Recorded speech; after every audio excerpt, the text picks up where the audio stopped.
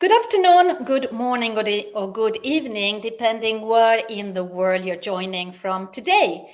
And that takes me to my first question. Please write in the comments field, where are you calling in from?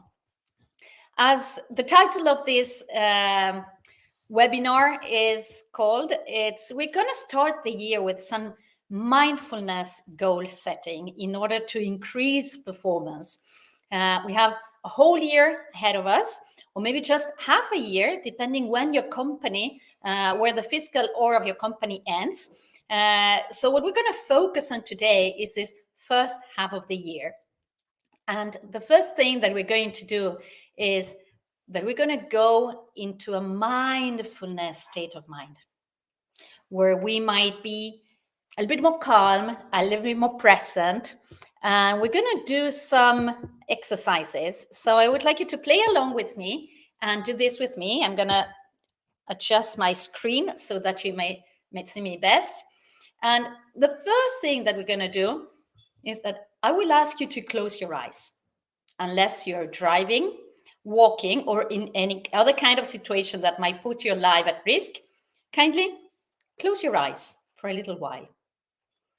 As you close your eyes, you're shutting down a lot of the stimuli that your brain is receiving.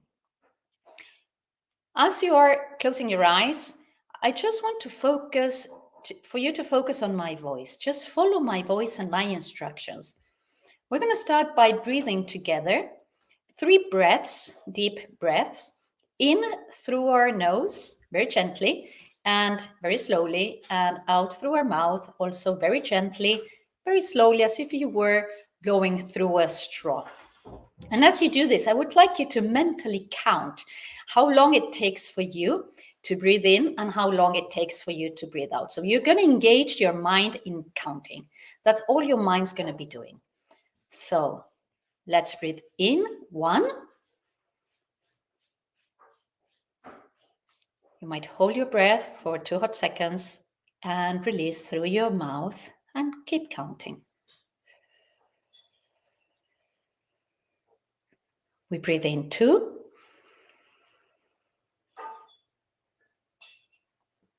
Hold your breath for 1 or 2 seconds and breathe out very gently, very slowly through your mouth, counting. And last breath in. Hold your breath on the top and breathe out gently through your mouth. Keep your eyes closed for a little while and let me just get you through some mindfulness. As you are in a very calm state of mind with calm breathing, I would like you to pay attention to any sounds that you might be hearing in your environment. Or maybe it's just the silence, or it's the sound of my voice. And as you do this, thoughts will be coming in and out of your mind. It's okay, just don't get attached to anyone. Let them pass away, let them flow. And I would like you to picture yourself as you remain with your eyes closed. It is the end of June, beginning of July. In the northern hemisphere of the world, where I'm in Stockholm, and by the name, my name is Lizzie Claesson, but I think you see it here on the screen, and our company is called Brighter Leaders. So in this northern part of the world, in end of June, July, it's going to be sunny, it's going to be warm, very long days, short nights. Probably you're already on your holidays. So picture yourself, what do you usually do on holidays? Or what do you have, what plans do you already have for these holidays, these summer holidays? And picture yourself there, very relaxing, very happy. And you're looking back into this first 6 months of the year. And you are feeling this sense of satisfaction and fulfillment and happiness of what you have achieved. So what are those things that when you're looking back, you have achieved? Picture them in your brain with your eyes closed. Picture them, see the picture, See what you have achieved, the people that are around you, how it makes you feel. And as you do this, I would like you to gently open up your eyes again. See yourself around so that you find your bearings in where you are. So here, there's still a lot of snow and it's still very, very cold, like 8-. So we're long away from that summer, but in my mind, I still see that picture. And I want you to hold on to that picture that you saw in the eye of your mind. That picture when it's summer, when you're on holidays and you're so happy for what you have achieved. There is no stress, there is no anxiety. And you have such a success. It's amazing. So you're already relaxing and enjoying that very well deserved holidays. So keep that image, all right? And with that image in mind, let's do some backwards engineering. So what would need to happen beginning of June, beginning of May, April, March, February, January? Today, what would need to happen today or tomorrow, this first week of the year, in order for you to be there, that picture that you grabbed with the eye of your mind? This is a very good exercise to do that you can do with your teams, you can do with your families as well, or friends, or in any environment you desire. And since we're focusing on performance, I would like to mention that in order for you to increase performance, that doesn't mean your performance is not good. But I'm sure as you begin the year, you are expecting from yourself, expecting from your team, maybe others are expecting from you and your team to increase that level of performance. If you're working with sales, maybe you want to increase the sales. If you're working in finance, maybe you want to increase some of those financial KPIs. If you're working in marketing, then maybe you want to attract more clients, more leads. If you're working with customer satisfaction, maybe you want to increase just a little bit more those levels of satisfaction your customers and clients, right? So depending where you are, in what role you have, if you're the CEO of the company, if you've just started a new role, imagine the level of possibilities that you have ahead of you. So I would like you to reflect a little bit on what is it in your performance, not just talking about your personal performance as a leader, as a C-level executive, CEO, or HR manager, not just your personal performance, but also that of your team, that of your company. So what areas do you see have potential of improvement, right? Either because people can give a little bit more than what they're giving, they can perform a little bit higher, or because maybe some areas, some teams, some employees are not really at the minimum level of their requirement. So you will probably need to work differently, depending if your employees need help to understand what's the cause of the underperformance, something that we work very much with the clients. Understanding the causes of underperformance helps employees, teams, and companies excel because they can work very concretely on those areas that they see there is underperformance. If you have areas where you see that the performance could be even a little bit better, and sorry, I was closing the sound in my computer so that nothing will disturb this conversation we're having here together. And by the way, please, if there's anything that you want to share, use the comment field to share. Julia's in Brighter Leaders team. If you could write something so that I know that the chat function is working, that would be great. As I was saying, there might be some areas, some teams, some employees that could give a little bit more, could perform a little bit higher. And what is it they need? Okay, so let us focus today on those employees that are underperforming, right? Because the others, I mean, they're already doing a great job. So it's about helping them get even better. But the employees that are underperforming, they are suffering. This is something that we notice with the clients that we work with. Underperforming employees, underperforming teams, underperforming leaders, they suffer. That's why it's so important to help them and manage them in the right way, lead them in the right way to get them overcome this suffering, overcome this underperformance.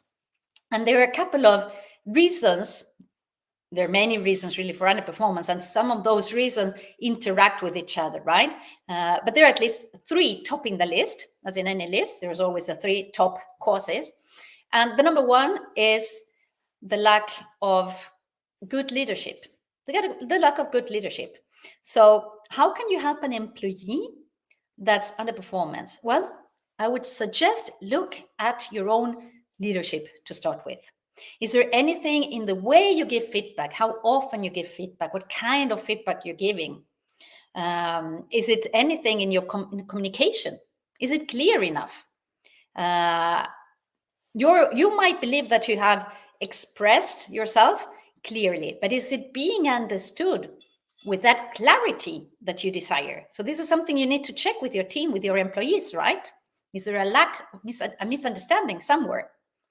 Is there a lack of clarity in terms of priorities? Are you working for a company where priorities change all the time? And it's difficult to keep on top of what's a priority this week, what's a priority this month? And how can you help your team navigate this situation?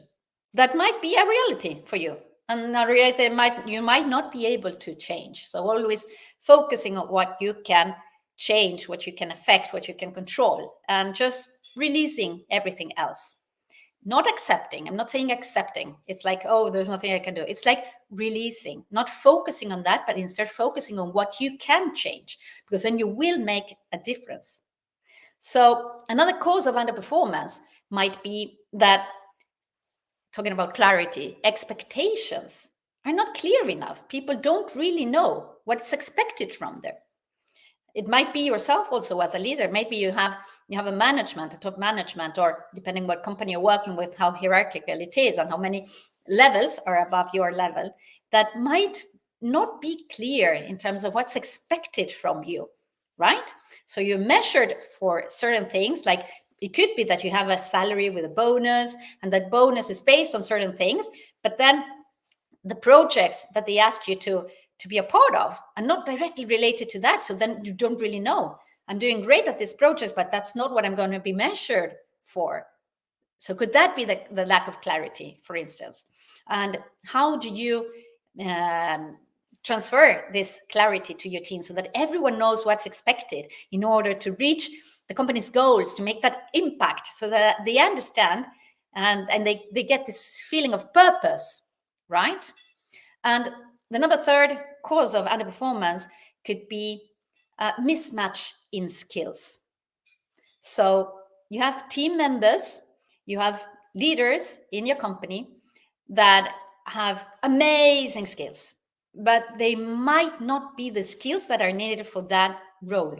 They might not be the best suited skills for that role. And this will definitely cause some demotivation and some lowering of the energy levels, which will bring with it some underperformance. And this is something that we notice very much when we work with the clients, and they share with us very openly, and they can tell us things like, I'm having a period of a little of lack of motivation. I don't feel as motivated as I used to. And this is not a nice feeling that I have, because I love performing. I love the company. I love what we're doing. So what's happening? What's wrong with me? Don't worry. There's nothing wrong with you. It's about understanding what are your motivational triggers. Are they present in your work? And if they're not, what is it you can actually do? What is it you can affect? What is it you can impact in order to have those motivational triggers present in your job? By doing this, you will be putting your focus into what can be done and changed, instead of putting your focus on the problem of what cannot be done. Okay, so those are a couple of tips that I'm sharing with you so that you may start the year on top of things, right? With clarity, with good priorities, with very actionable things to do that you can follow yourself up upon, and your team, of course. And I would like to give you a little bonus, and I'm sharing with you. This is our latest. It's a very small ebook that we've put together. It's very, very short. It's 7 actionable strategies to manage underperformance. And in this book, we are sharing things like what are the 7 top causes. I mentioned 3 today, so you may find 4 more here in this book. And what to do? What are the financial costs of underperformance in a team, in a company? And of course, there are many other costs, like emotional costs, that affect financially, but they affect also the person at a much deeper level. And a little manager's guide for you in order to manage underperformance, some real cases, some do's and don'ts, and all of this you may get free as a PDF. I will be sending this as a PDF. If you all you have to do is just write down on the comment fields below, ebook, or send me ebook, or PM me, or just in the comments fields, as I said. And we're giving this away so that you may start this year 2024 with very clear things to do if you're experiencing underperformance, and or if you want to increase your levels of performance, right? Because you have this image in the eye of your mind that we started with at the beginning of this conversation, and that will be happening in 6 months' time. So what is it you need to do today in order to be there tomorrow? So thank you very much for joining me here today. And if you're watching this later when it's recorded and you still want the book as a PDF, don't hesitate. Just get in touch with us. As I said, comment on the fields below that you want to receive the ebook, or just send me a message and we'll be sending it to you completely for free. I wish you a beautiful rest of the day, how many hours you have left, and looking forward to see you again next week. Take care.